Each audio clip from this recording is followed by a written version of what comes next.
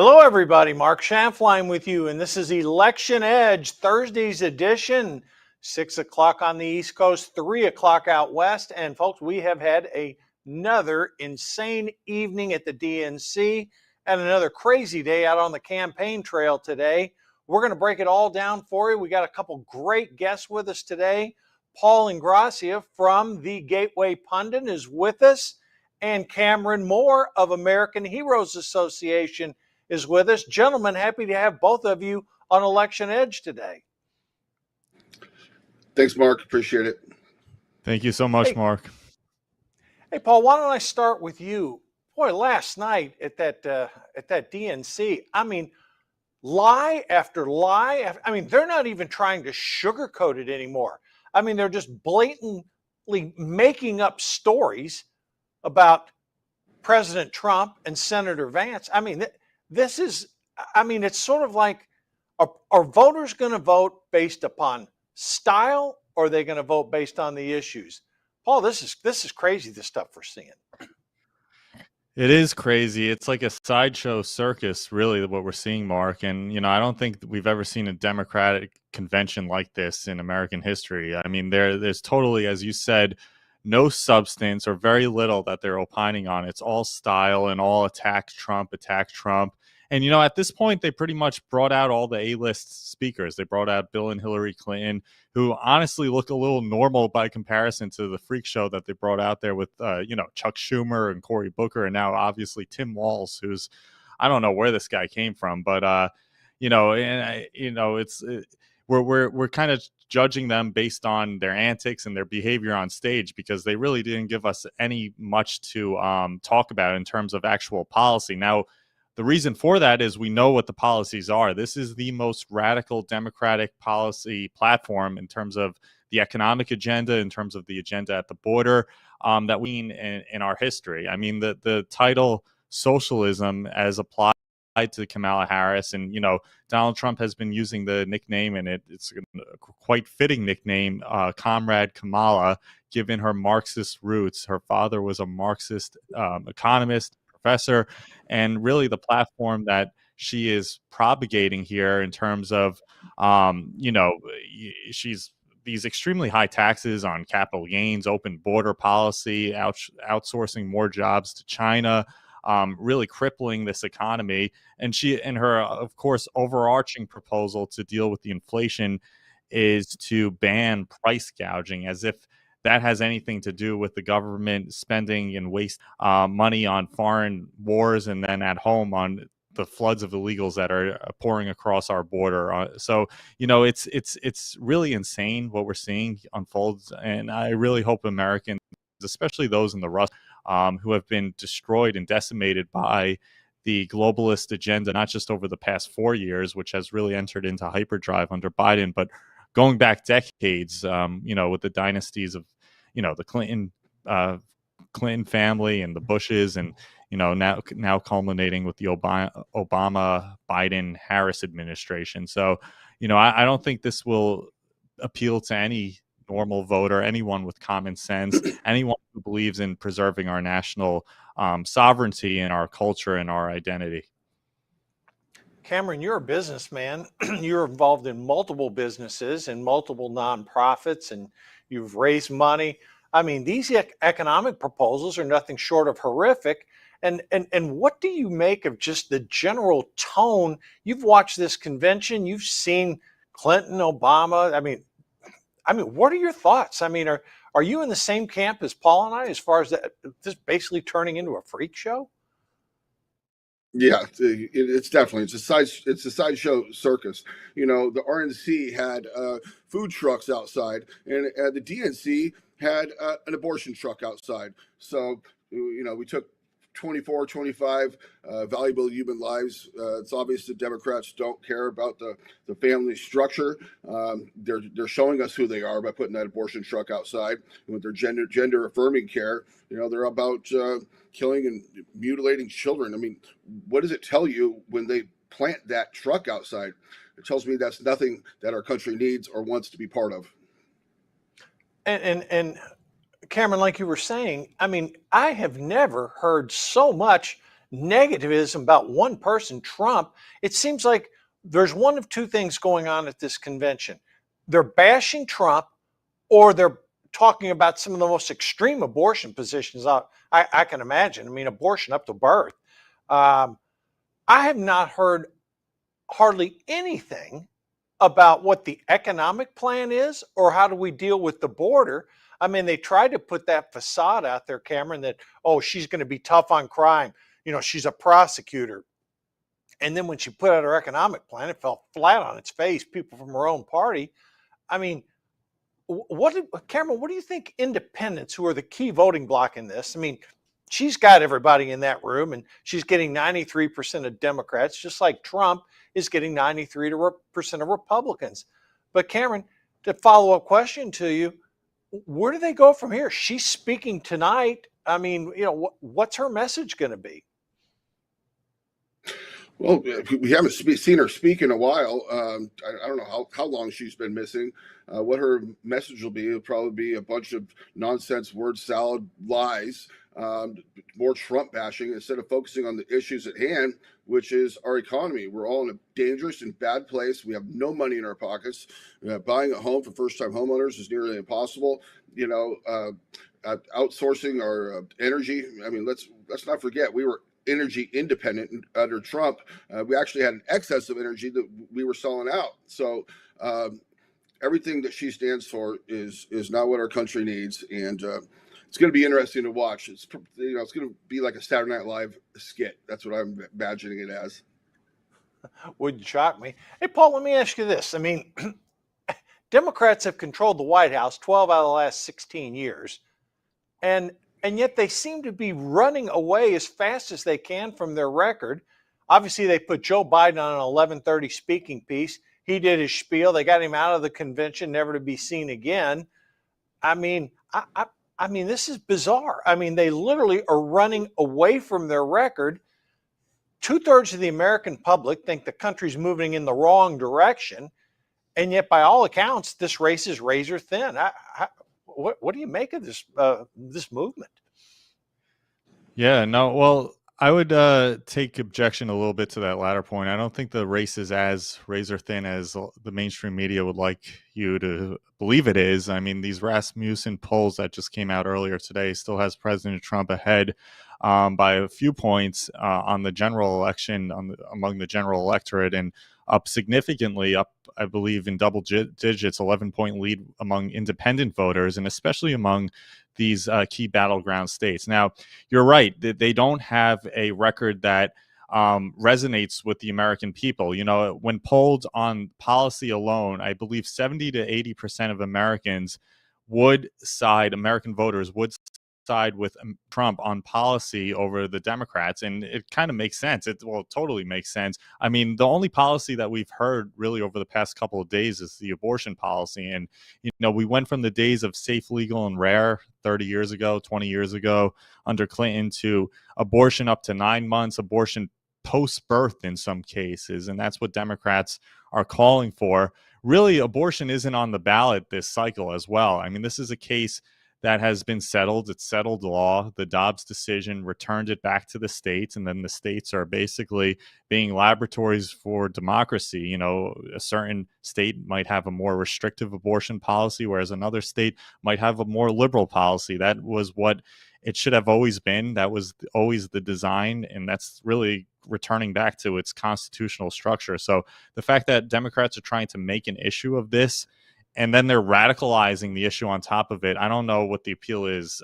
other than, you know, perhaps the most extreme far left flank of the Democratic Party. But aside from that small fringe group, that doesn't appeal to anyone. And of course, you know, on everything else from the border policy, I mean, they are really now openly advocating for illegal aliens, not just to come into this country and not just to be given handouts, schooling, housing, medical care, et cetera, et cetera. They want them also to be voting now in these elections. And, you know, it's starting off sort of on the local and state level. And of course, ultimately, they want illegal aliens, and they're relying on illegal aliens in certain states, particularly a state like Pennsylvania, appearing on voter rolls to vote even in this election cycle in this year in 2024 at the presidential level. So that's not something that they're explicitly stating outright, but it's clearly the writing on the wall. And if, one of these major party figures, whether Kamala Harris or Nancy Pelosi or Tim Walz, were actually directly confronted by a media person, a journalist, and asked that question, I'd like to see how they would respond, because they totally own this crisis at the border. And when polled, pretty much every single American wants a closed border. They want the Donald Trump border wall. They want mass deportations. I mean, a conservative estimate is 7 million people, 7 million illegals cross the border during Joe Biden's 4 years. And that number is likely much higher. And of course, they bring with them drugs. They bring with them dangerous cartels. They're invading cities like New York, like Chicago. Homicide rates are through the roof. And we just don't have the infrastructure and resources to manage these people. They're a burden on the economy, and they're a burden on our society. They need to get out. And people, it used to be a controversial issue, but I really think Democrats, independents, Republicans, I'm talking about voters, they want a secure border. And this is a winning issue for Republicans. And it's something that the Democrats have just gone so extreme on that you're not hearing them talk about it, because if they do, the poll numbers will immediately plummet. Yeah, I want to support something that you said too. Scott Rasmussen has been among the most accurate pollsters, and he does have Trump in a small lead right now, and that lead is a little bit bigger in some of those swing states. So the betting markets came around, and Donald Trump is now favored in the aggregate of the betting markets. Now, some people may say, Mark, that doesn't mean anything. It means something. Okay, it's not a nothing burger. But Paul, you also talked about the border, and Cameron, Trump was down at the border today, and again, just echoes of Pennsylvania. Some lunatic was threatening to kill Trump. They're still looking for this guy. Apparently, he was some 66-year-old guy. There was warrants out for him. He had all kind of a salacious past. I mean, what'd you make of that today, Cameron? Because you were follow Trump closely down on the border, Arizona, New Mexico, and I got to tell you, I saw most of it. He had victims of parents of kids that were killed by these illegals. Cameron, what'd you make of Trump down at the border, Arizona, New Mexico today? Well, Trump's showing us what we can expect. He's been down at the border. He cares about the American people. He cares about American lives. And our border czar, quote unquote border czar, Kamala, I mean, how many times has she been to the border? I mean, has she even been there once? She doesn't even have a good idea of Europe. I mean, she made some stupid comment about Ukraine being next to Russia. And how is this woman going to be responsible for this border? We're already seeing what we're going to get with the Biden-Harris administration. And this is definitely what we're going to get with the Harris-Walz administration. Trump's showing us that he cares about the American people, and he cares about closing the border. And when someone shows you who they are, I think we need to believe them. Yeah, and I'm with both you guys on this. I think as Trump continues to talk about pounding this border issue at every stop, talking about the economy. I mean, we saw earlier in the week where over 800,000 jobs just magically disappeared, resulting from 2.8 million down to 2 on actual job creation. So there's a lot of factors that are in Trump's favor, as long as he sticks with those and continues to drill them, into the undecided voters. And again, this DNC convention, all style, no substance, it's not good for democracy. All right, we're going to take our first break, but when we come back, we're going to dive a little bit further into those numbers and some of the events that can propel Trump to win this election. Be back in 90 seconds.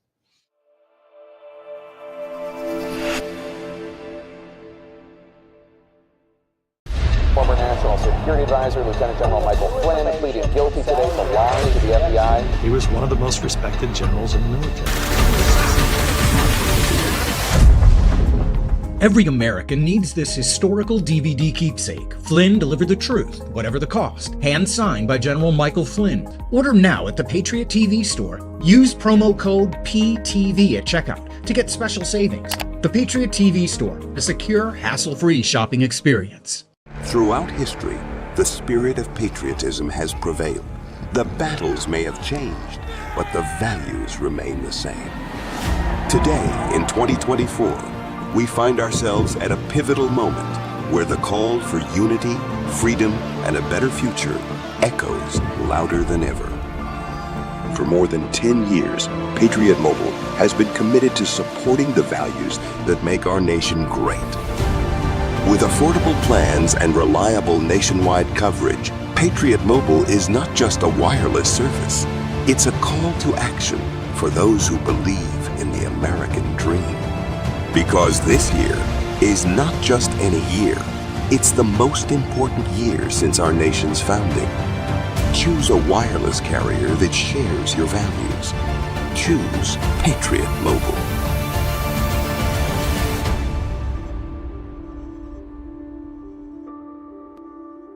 The world is about to shift. Banks are going cashless globally with the emergence of central bank digital currency, which will bring with it programmable money and the ability to turn on or off your purchasing power based on your digital social profile. It's like the equivalent of spyware in your bank account. You need to get out of the system with the world's safest and most precious assets, silver and gold. Call Kirk Elliott Precious Metals at 720-605-3900. That's 720-605-3900.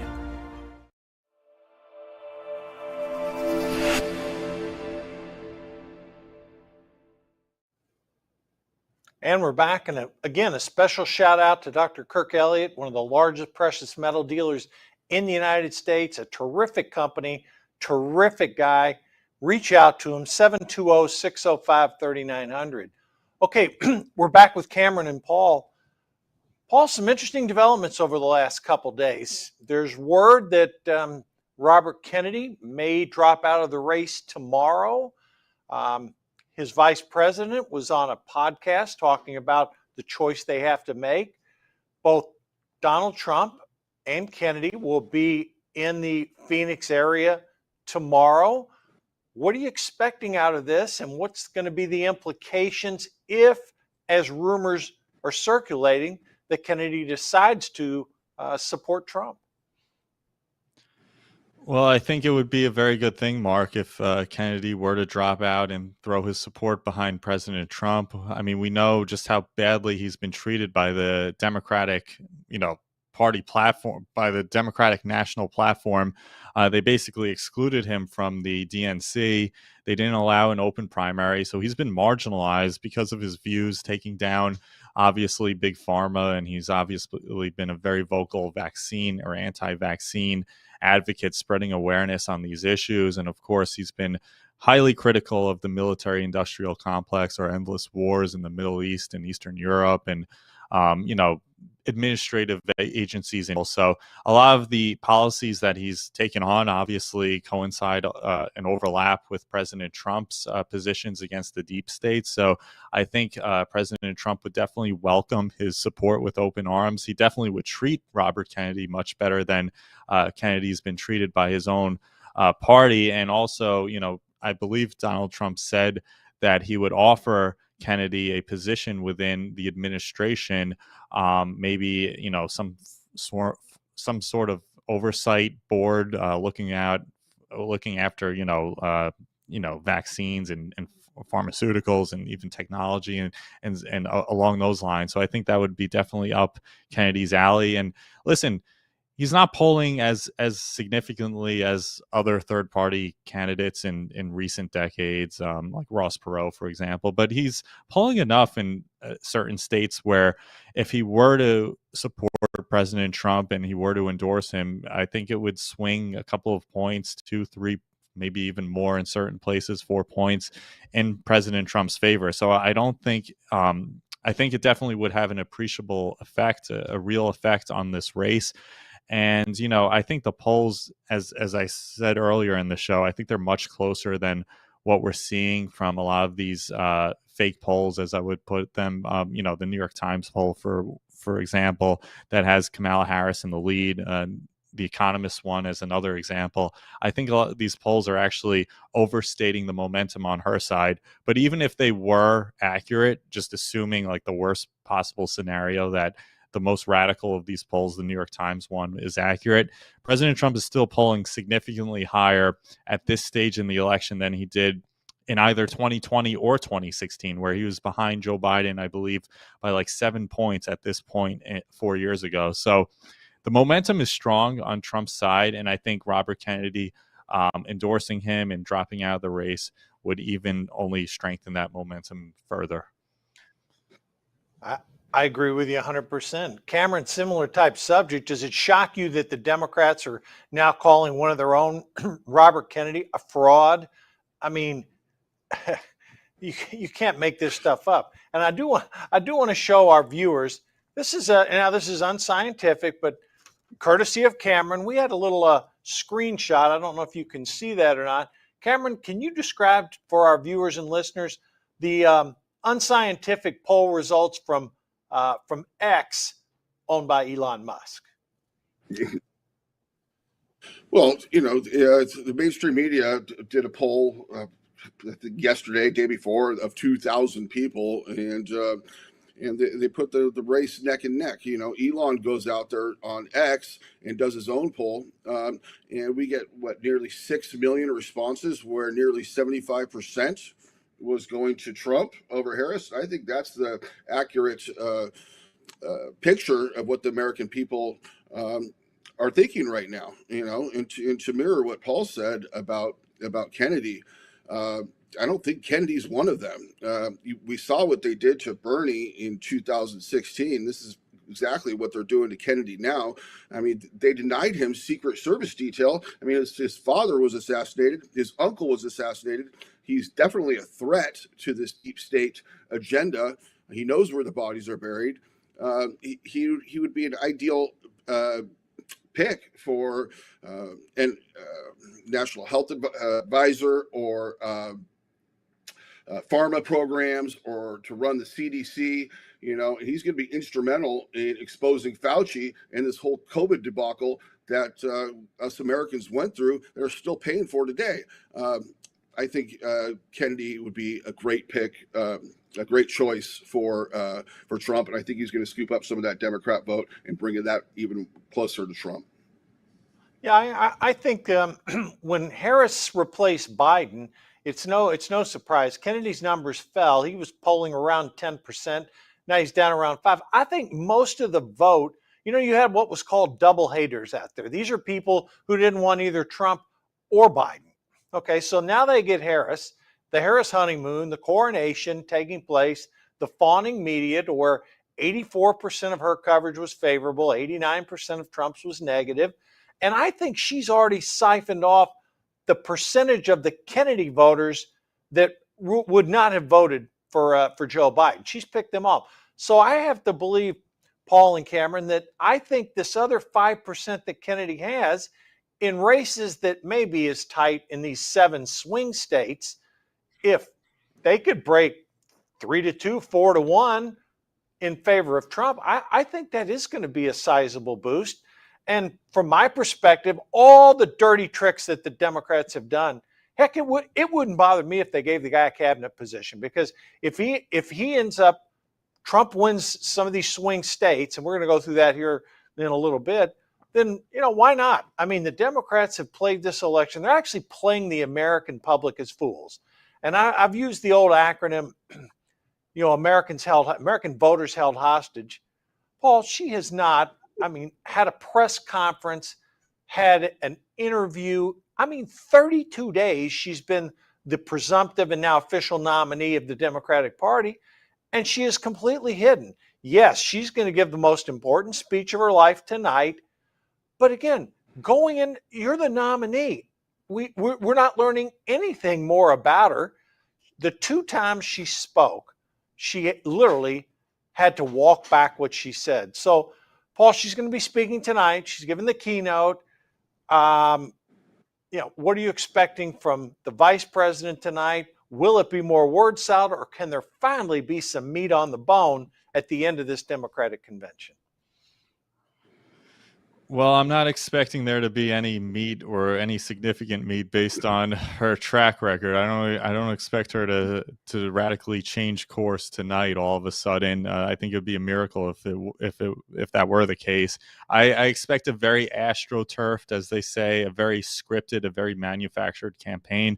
I think actually Democrat Party leaders behind the scenes, lobbyists, donors, are actually hoping that not too many eyes will be watching the television tonight, because they brought out the Obamas, they brought out Joe Biden, Clinton. So those were the main attractions. And I hear tonight they might have like Taylor Swift or Beyonce. So they're really trying to drown out the noise of her actually speaking. And I expect when she does speak that it will be a very fairly short speech for a convention speech for the main candidate. I don't expect it to go longer than a half hour. She doesn't do well in front of big crowds. This is probably the biggest speech that she's giving, not just in terms of the significance of it for her and for the Democrats, but just in terms of the audience and the eyeballs watching the television in her political career. I mean, obviously, this is never a woman who's been democratically elected, meaning small d, democratically elected among the entire electorate. I mean,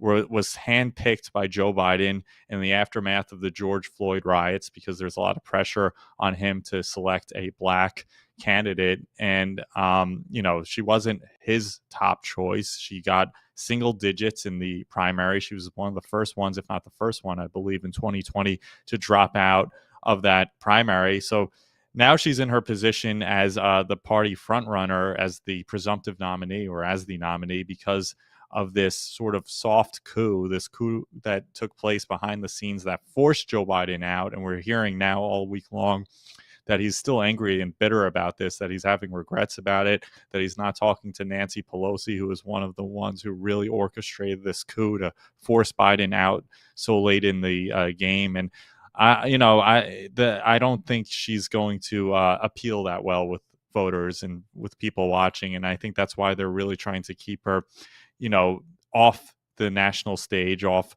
with as few interviews as possible. I believe they're probably fretting this upcoming next month's debate with Donald Trump, because the two of them go toe to toe.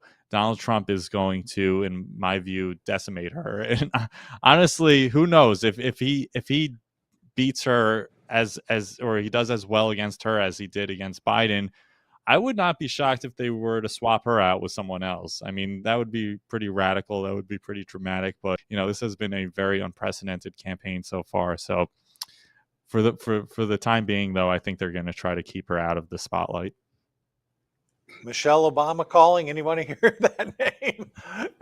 She was another winner of a speaker. I mean, Cameron, these speeches that we've heard at the convention.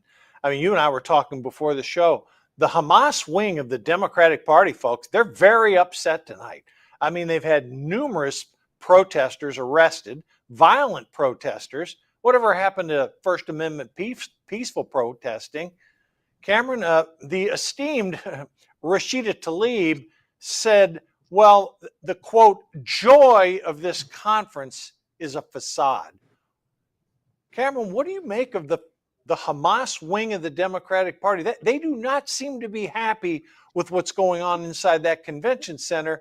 And it seems to me that some of the mirage, some of the fakeness is starting to fade a little bit, because people are not happy with what's going on inside that convention hall.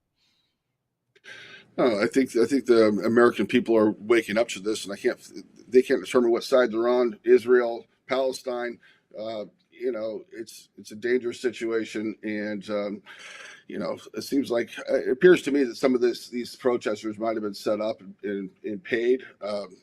It's not a good situation over there with the Hamas side of the Democrat Party. That's for sure.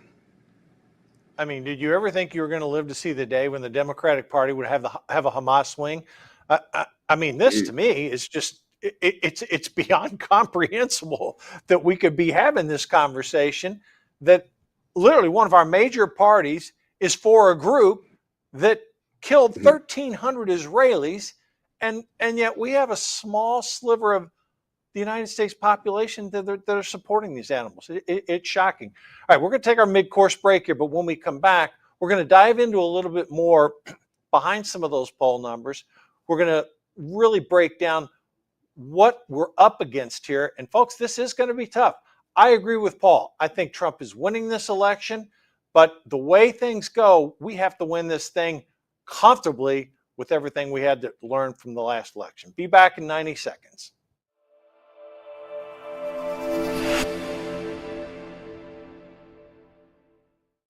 Don't let them win. Patriot TV is committed to delivering the truth. America's new network for patriots is growing fast, and we'd love you to join us as a member of Patriot TV. Your support makes it possible for us to continue to deliver unbiased reporting, thought-provoking discussions, and insights you won't find anywhere else. From in-depth interviews to behind-the-scenes footage, Patriot TV brings you closer to the voices shaping our nation's future. Whether it's political developments, cultural shifts, or global affairs, Patriot TV keeps you informed and empowered. As a member of Patriot TV, you'll get perks like personal invitations to exclusive Patriot TV events, where you can gather and network with like-minded Americans. We'll also host online events throughout the year with General Flynn, who's committed to host live Q&A webinars where callers like you can ask him questions and get real answers. Access to these events will be members only, so go to patriot.tv, click on Become a Member. It's fast and easy. We have a great membership option starting at just $9.99 a month, or save with our annual membership for only $99, or take advantage of the best value, the 2-year membership for just $159. Go to patriot.tv, click on Become a Member. It's fast and easy. Do your part to make sure the truth gets out to all patriots and help ensure future programming. Become a member today. Just go to patriot.tv, click on Become a Member, join today.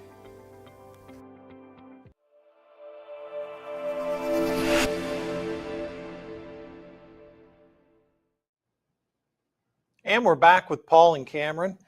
Hey, Paul, let me ask you this. There was a mixed ruling that came out of the Supreme Court today dealing with the state of Arizona and documentation required to register to vote. Can you share a little bit of that news that broke a couple hours ago? Because Arizona's it's a tight state. It's one of the 7 swing states. And just like the last election, we expect it to be plus or minus a point or two for either one of these candidates. Yeah, no, Mark, that's true. And obviously we know from 2020 that Maricopa County in Arizona is a hotbed for potential election fraud, and for corruption there with the voter machines, the Dominion systems in particular. But this was a ruling that moved the needle slightly in our direction. It was a positive outcome for us and for those of us, especially on the front lines who have been fighting for election integrity for quite some time. It was a 5-4 ruling that basically said that at least for this state requirement to be an eligible voter in the state of Arizona, you have to provide proof of citizenship, which, is a bare minimum requirement for being able to vote in any sort of election here in the United States. But the Supreme Court upheld that law. There was also a federal regulation as well in the state of Arizona that the court did not take up. It was, again, a 5-4 decision, and the 4 dissenting judges were, of course, Jackson, Sotomayor, Kagan, and then Amy Coney Barrett, and then Kavanaugh and John Roberts, the Chief Justice, split on the 2 of them. The 3 most conservative justices would have taken up both issues. But ultimately, it goes to show that this is going to remain an uphill battle for us, for conservatives. Election integrity is really at the forefront. President Trump talks about this consistently now on the campaign trail. He says, listen, we have enough votes. We have enough votes to win this election. The problem now is just safeguarding and protecting the vote. We need to make sure only legitimate votes count. And obviously, this is a national battle. It's not just something isolated to the state of Arizona. We're seeing incremental reforms in states like Georgia and Virginia as well. But the concern persists. You're seeing developments out of Michigan, which is obviously one of the most important battleground states. In addition to Pennsylvania, both those states are still not cooperating with the RNC and with Republicans in general. They're trying to keep voter rolls, as one example, in the state of Pennsylvania, which is governed by Josh Shapiro, who is obviously gunning for a cabinet position in a Kamala Harris administration. He's trying to keep those voter rolls out of the public sight. And, you know, obviously, the less transparency there is on election procedures, the more easy it is for them to obviously, result in packing it with illegitimate ballots, whether they're non-citizens, out-of-state residents, illegal aliens, or dead voters. You know, any sort of mixture or combination of that is definitely a possibility in all these states. So we need to be on the offense. We need to be more aggressive as Republicans. Listen, we have less than 3 months to go until November 5th.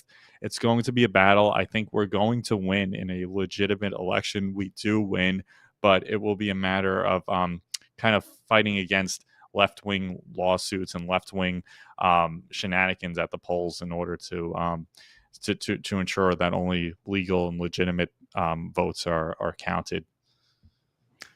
Cameron, you you expressed some concern about this a couple weeks ago when General Flynn was in town, and one of the things that the general spoke about was getting people to the polls. In other words, our side, traditionally, we vote on Election Day, but even Donald Trump, General Flynn have advocated, get out, get your vote counted. And Cameron, isn't one of the important points of getting your vote banked, as they call it, such that the campaign doesn't have to continue spending money targeting voters who have already voted? How important was that message, you know, that you heard from General Flynn and that you've heard from Donald Trump related to getting out, get your vote counted, and do everything you can to bring others to the polls? You've traveled around the country a lot. You've talked to people. What are you hearing out there for the enthusiasm and support? And what can Republicans do really to strengthen their turnout? Well, as President Trump says, you know, we need to make this too big to rig. General Flynn also expressed the importance of the Catholic vote, because in recent history, no president has won without that Catholic vote. Everyone just needs to show up, get involved in their local communities, volunteer at their polling centers to ensure that we do have integrity in this election, especially in spotty areas that are the epicenter of some of this election fraud, like Maricopa County. We all just need to get out, vote. And now they're saying vote early, vote by mail, vote any way you can. We just need to have our voices heard, and we the people need to put the right candidate in office in this election. And Karen, a lot of states you can track your voting. You can go online if you mail it in, or if you drop it off at a box. You'll be able to confirm that your vote is actually counted. And I think that's something that's really important. We're going to take just a slight adjustment here. Madam Producer, if you can put up that policy position video. It's a Trump ad. It's pretty good. But I want you to pay attention to this, because despite the facade you're hearing at the DNC, when a candidate speaks, I tend to believe what she has to say. You're considered the most liberal United States senator. We're not going to treat people who are undocumented across the border as criminals. Abolish ICE. Yeah. Is that a position that you agree with? We need to probably think about starting from scratch. Say it loud. Say it clear. Everyone is welcome here. Raise your hand if you think it should be a civil offense rather than a crime to cross a border. Raise your hand if your government plan would provide coverage for undocumented immigrants. You support giving universal health care, Medicare for all to people who are in this country illegally? I am opposed to any policy that would deny in our country any human being from access to public health, period. You support the Medicare for all bill. I believe it will totally eliminate private insurance. For people out there who like their insurance, well, they don't get to keep it.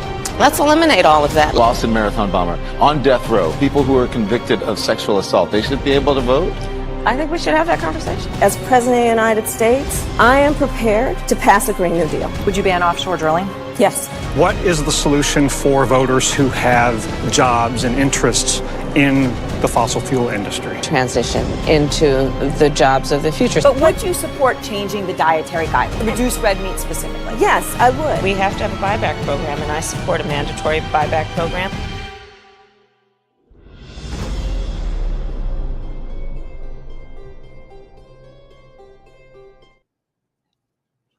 Paul, I'll start with you and then I'll go to Cameron. Paul, those are frightening positions. I think if the American voting public was aware of these positions, she wouldn't be anywhere even close to competitive in this race. And yet the Democratic Party, say what you want, folks, they're an identity politics party. They're very good at identity politics. And when you have a bad record as the Biden administration, Paul, they have done a masterful job of covering up what they really believe. And I'm not buying all this stuff that she's changed her stripes on things like fracking, like on national health insurance, like the tax policies. I'm not buying that. But this was a frightening scenario if a woman like this ever got even close to the Oval Office.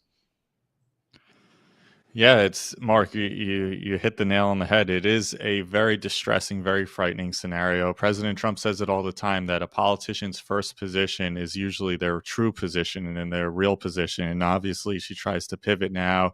She tries to say that she's not anti-fracking, that she's not for giving voting rights and healthcare and abolishing abolishing private healthcare in general for American citizens. But those were her original positions. You got to judge her by her actions and by her rhetoric at the time. She was the most liberal senator when she was in the Senate. She will certainly continue those policies, and she'll put those policies in overdrive if she, God forbid, becomes president of the United States. Joe Biden basically is a lifelong, more or less moderate. I mean, he had to accommodate his policies based on how progressive his party has gotten in recent years. But, Kamala Harris, by stark contrast, is a true believer. She's a true liberal. She's a true radical. And listen, she's going to support everything from the Green New Deal to open borders to, she paid for these radical protesters during the George Floyd riots. She paid for their bail. She was, fully on board with the defund the police movement at that time. She's really wants to weaken our police forces and our military in general. She's fully on board with the woke agenda. She loves the woke agenda and DEI and affirmative action, all policies intended to make us just weaker as a country. This is a party that's really based around, they accuse MAGA of being a cult all the time. The left always accuses us of what they actually are. It's always a matter of projection for them, but they truly are a personality cult. They're not allowed to discuss their policies out in the open, because if they do, on whatever it might be, whether it's the economy or the border, overseas, oil, whatever it might be, they lose the American people. So they have to hide their policies and dress them up with these, personal attacks on President Trump and J.D. Vance, calling them weird or whatever it might be, and trying to attach them to like Project 2025, for example. Everyone likes to demonize Project 2025 on the left, and they really try to create a scapegoat or a boogeyman out of it. They don't really describe what the issue is with Project 2025, even though President Trump, and his campaign have nothing to do with it, but they try to, make that into some radical policy and then attach it to Donald Trump rather than discuss the policies that have been always part of his agenda, which are really just based in common sense. They're not really left or right. They're just based on common sense. We need to have borders. We need to secure our borders. We need a border wall. We need mass deportations. We need to get inflation under control. We need peace throughout the world. I mean, and we could just look at the 4 years under President Trump and the 4 years under Biden. If you ask any voter, were you better off now than you were 4 years ago? And overwhelmingly, they say, no, we want Donald Trump back. We're making more money under Donald Trump. We were in good times up until COVID. The economy was booming. Everyone was happy. We didn't have, the attacks now we're seeing with our weaponized justice system, the attacks on the First Amendment, the attacks on the Second Amendment. They're really trying to rip our Constitution to shreds. And if Kamala Harris is somehow makes her way into the Oval Office, I believe, and I think many Americans believe this and are coming around to this fact, it will be the end of America as we know it. There's no question about it. Cameron, I echo the thoughts that Paul was just talking about. One thing we also didn't talk about is foreign policy.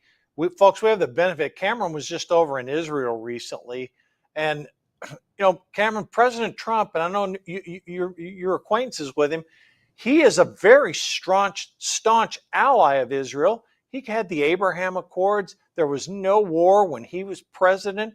You were just in Israel. What do the people of Israel think about Donald Trump and versus Kamala Harris? And share with our viewers a little bit about your experience, because you really had an awesome experience over there.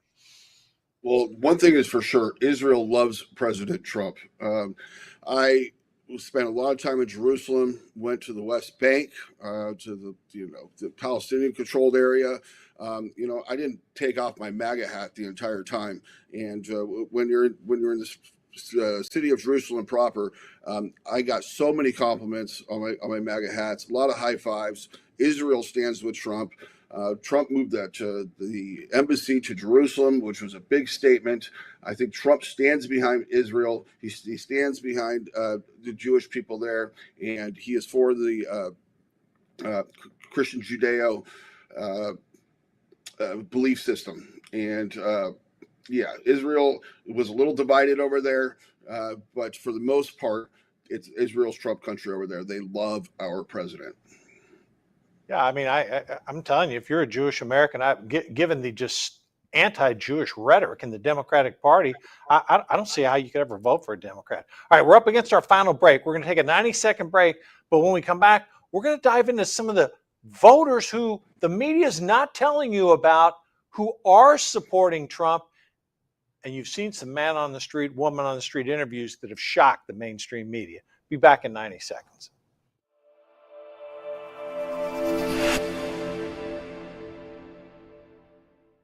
Throughout history, the spirit of patriotism has prevailed. The battles may have changed, but the values remain the same. Today, in 2024, we find ourselves at a pivotal moment where the call for unity, freedom, and a better future echoes louder than ever. For more than 10 years, Patriot Mobile has been committed to supporting the values that make our nation great. With affordable plans and reliable nationwide coverage, Patriot Mobile is not just a wireless service. It's a call to action for those who believe in the American dream. Because this year is not just any year, it's the most important year since our nation's founding. Choose a wireless carrier that shares your values. Choose Patriot Mobile.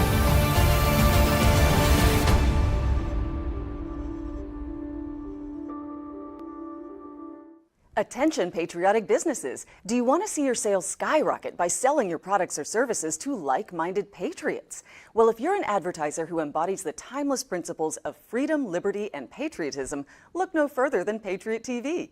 Our viewers are responsive, economically active patriots who are committed to supporting businesses like yours that align with their values. For more information on advertising on America's new network of proud American businesses, email us at advertise@patriot.tv.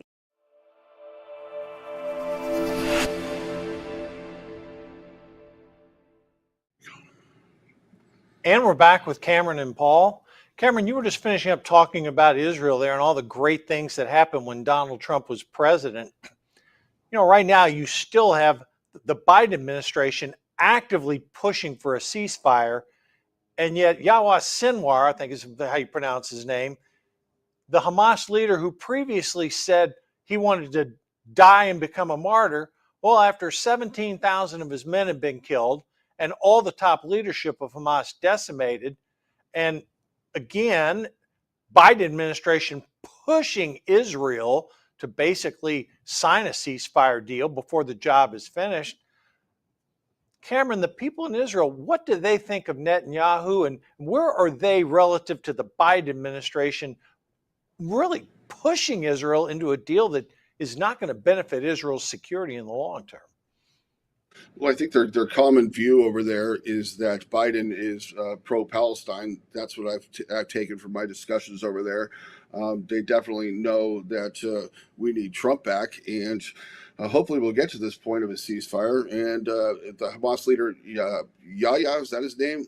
I think I would be deeply concerned as well, But Yeah, Sinwar. Yeah, correct. yeah, Sinwar, and he wants his life spared. How about not try to destroy Israel and live the rest of your life? That'd be a good starting point by all aspects. Yeah.